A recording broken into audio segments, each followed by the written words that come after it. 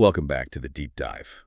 Today we're going to unpack a profession that I think suffers from a massive, maybe even a fatal branding problem. Oh, yeah. We're talking about the travel industry.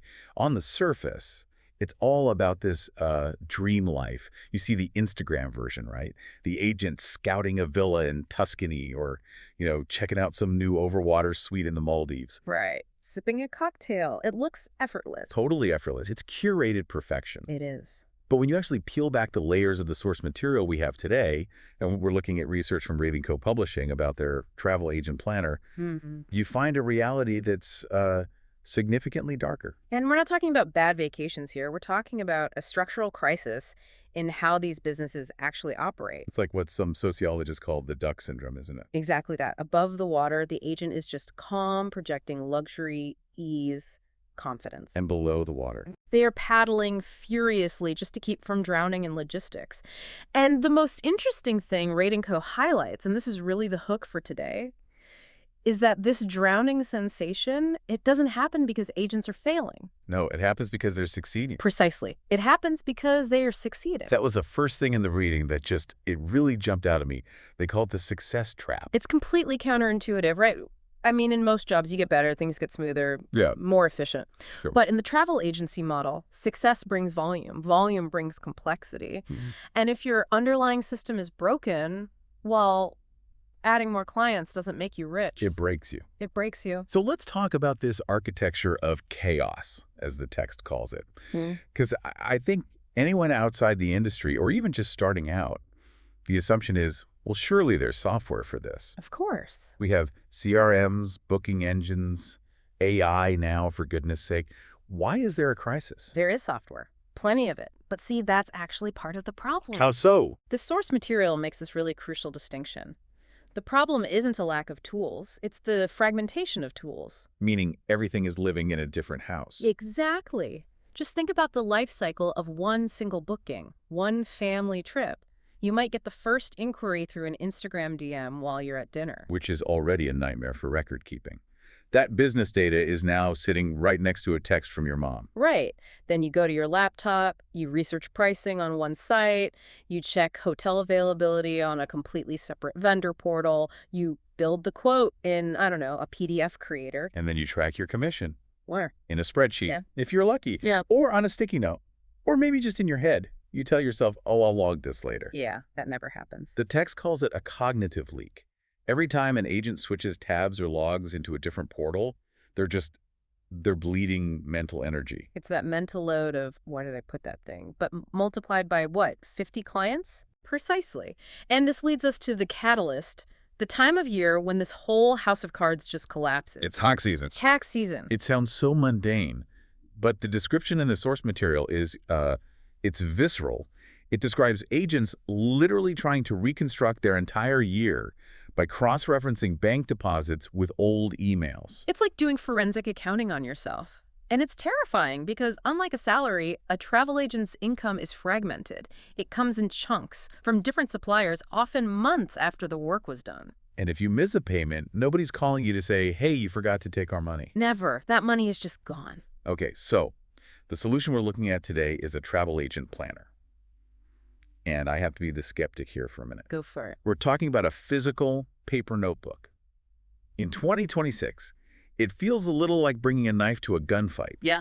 Why go analog when the whole industry is digital? It's a totally valid question. The sources call this the digital paradox.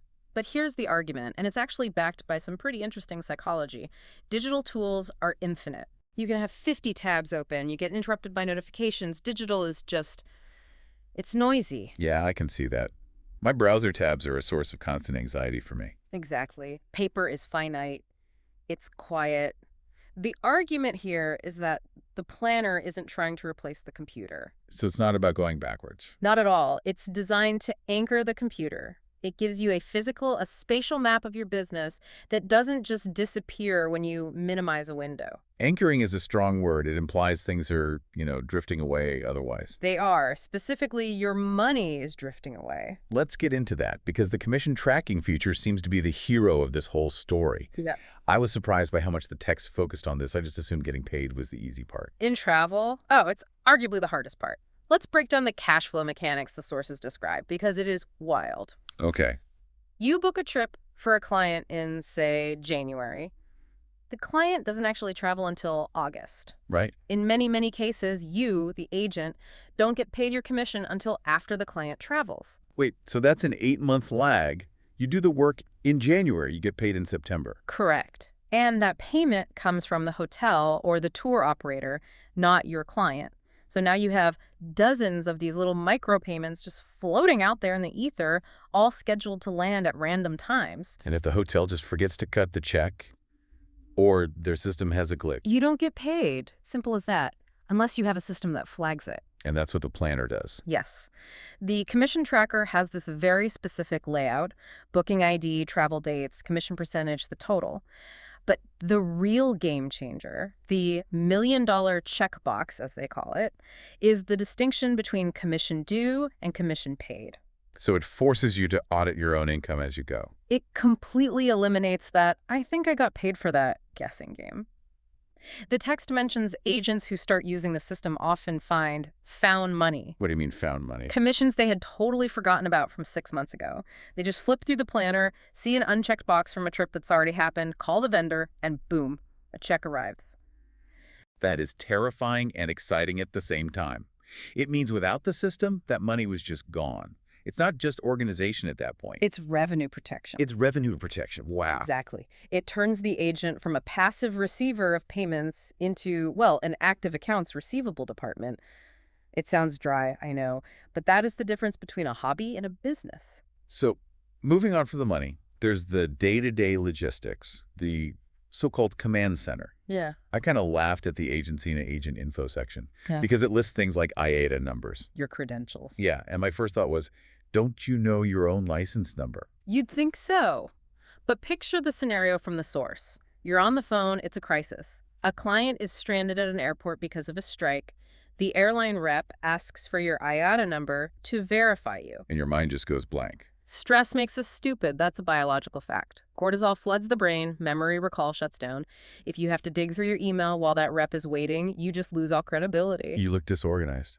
And the planner just puts those credentials on page 1. It's about lowering the blood pressure of the crisis. And I'm guessing the same logic applies to the vendor directory. Yes. In the old days, you had a Rolodex. Now we just assume we can Google everything. But when you need the specific travel agent support line for a cruise line, not the public number, you don't want to be Googling. You want it right there. It's about speed. It's about access. It's like having a physical backup drive for your business contacts that works even if your internet is down. Let's talk about standardization.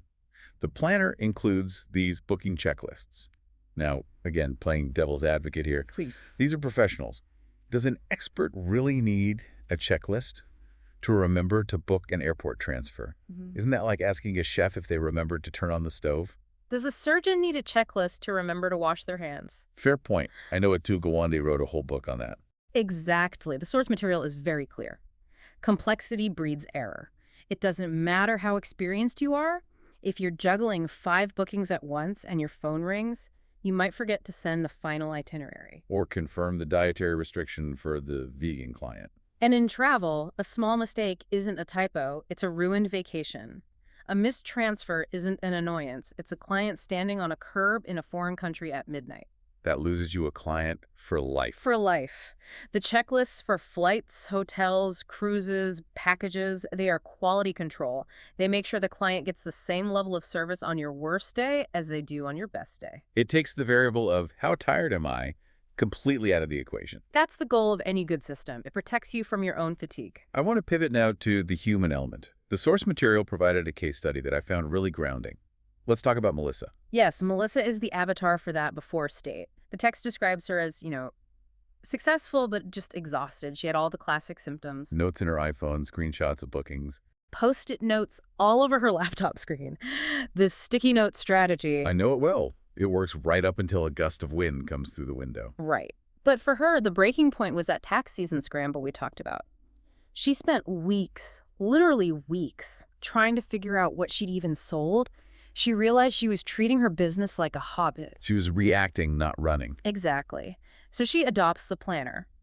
And the shift wasn't just that she got tidier. The most interesting part of her story was about group travel, Yeah, this really stood out to me. She used to hate booking which groups. is a real shame because that's where the big revenue is. Weddings, corporate retreats, but they are a logistical nightmare. You've got 20 people, 20 different arrival times, 20 payments to track, It's just exponential chaos. unless you have a grid.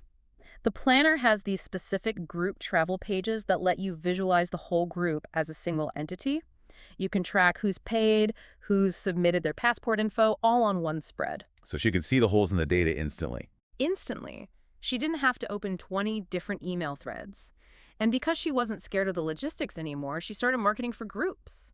She turned a weakness into a major revenue stream. That's the definition of scaling, isn't it? You can only scale what you can organize. If you try to scale chaos, you just get bigger chaos. And the kicker, her next tax season took her hours, not weeks. She just handed the planner to her accountant and said, "Here's the year." That's buying your life back. That is actual freedom. It is, and it changes your relationship with your accountant, too. You walk in looking like a professional, not a mess.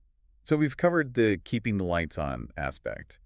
But the sources also say this system is designed for growth. It's not just about maintenance. Right. This is where we move from admin to CEO. The planner includes a marketing and social media planner. Which I think is so crucial because most small business owners do panic posting. That's a great way to put it. You realize you haven't posted in 3 days, so you find some generic photo of a beach and write, "Happy Monday." It does nothing. It's just noise. So this forces you to map out themes. Exactly. This week, I'm promoting river cruises. Next week is luxury honeymoons. It creates intentionality. You're planning the conversation you want to have with your audience. And there was another log mentioned, the training and FAM trip log. Yes. For those who aren't agents, a FAM trip is a familiarization trip. You travel to inspect hotels and destinations. It's work. A lot of work. You're viewing 10 hotels a day, checking the linen. It's a site inspection. And tracking these, along with your certifications, it serves a psychological purpose. It shows you your own expertise. It validates that you are investing in your biggest asset yourself. That word psychology keeps coming up. Yeah. Rated Code talks a lot about identity. And this is where I think the deep dive gets really interesting. It's not just about the paper, it's about the person. It's the deep current running through all of this. The shift from being a busy agent to being a business owner. Unpack that. Yeah. What is the actual difference? Yeah. Because they both sound pretty busy to me. A busy agent is a firefighter. They wake up, they check their email, and the inbox dictates their entire day. They are constantly reacting to other people's needs. They feel frazzled. They're at the mercy of the job. Totally. The business owner, on the other hand, acts with intention.